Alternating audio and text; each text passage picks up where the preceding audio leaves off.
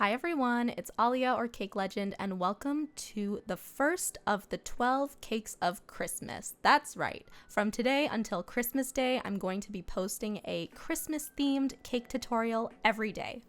And we are starting with this fun piped buttercream tree cake. So to start, I have these little 4-inch cake rounds that I baked, and now I'm stacking them as I normally would. If you're not sure how to stack a cake, I have a tutorial that you can find in the top right hand corner where I show you how to stack a cake without using a turntable. It's super easy, I promise you. I filled these chocolate cakes with a beautiful silky smooth chocolate ganache because what better combination is there for chocolate? And then I chilled it in the fridge so that I could crumb coat it.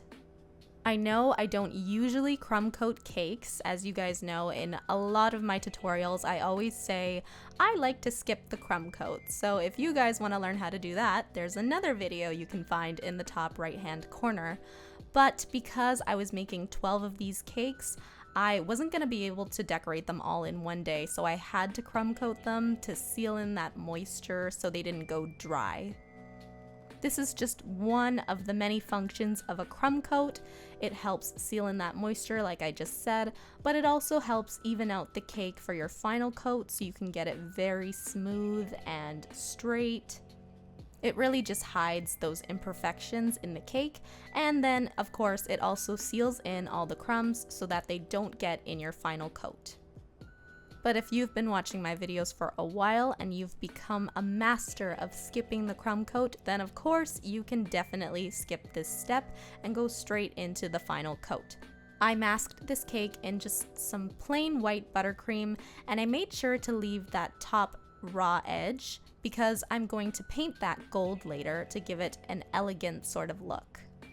I left the sides of the cake nice and smooth, but because there's not a lot going on in this design, you can also choose to do a textured finish with a cake comb just to add a little bit more detail.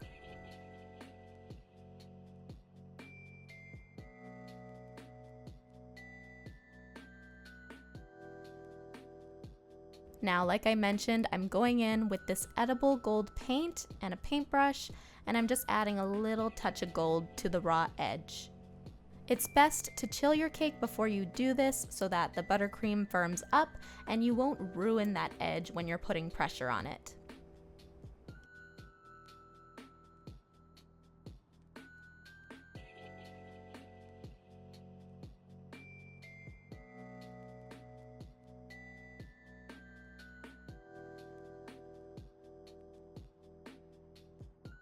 Now I'm going to take this Wilton 21 star tip and some buttercream that I dyed green, and I'm going to start piping my tree.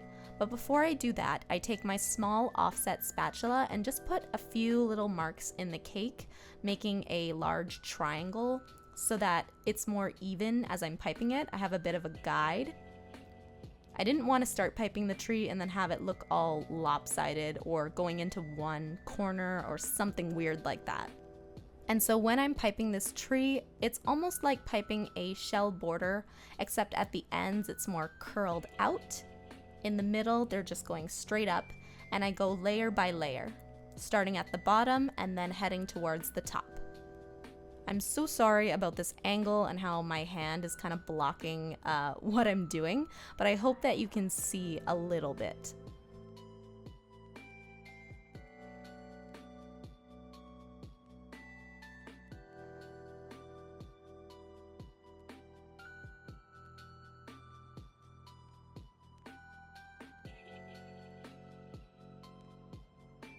Now that I have my tree all piped, it's time to add some sprinkles for the ornaments.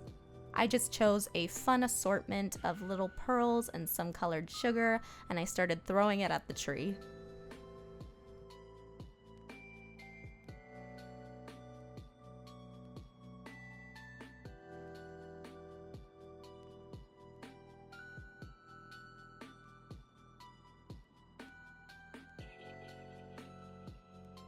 Next, I rolled out some white fondant so I could cut out a star to be the topper on the tree.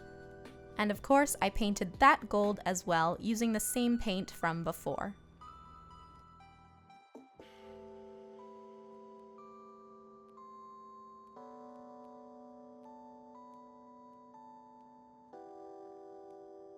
Now, as a final touch, I added some gold splatter to the sides of the cake. And then it was all done, the first of the 12 cakes of Christmas. This one was definitely one of my favorites, and I'm really excited for you guys to see the other 11 that I have in store for you. Thanks so much for watching, and I'll see you all tomorrow for the next tutorial. Bye!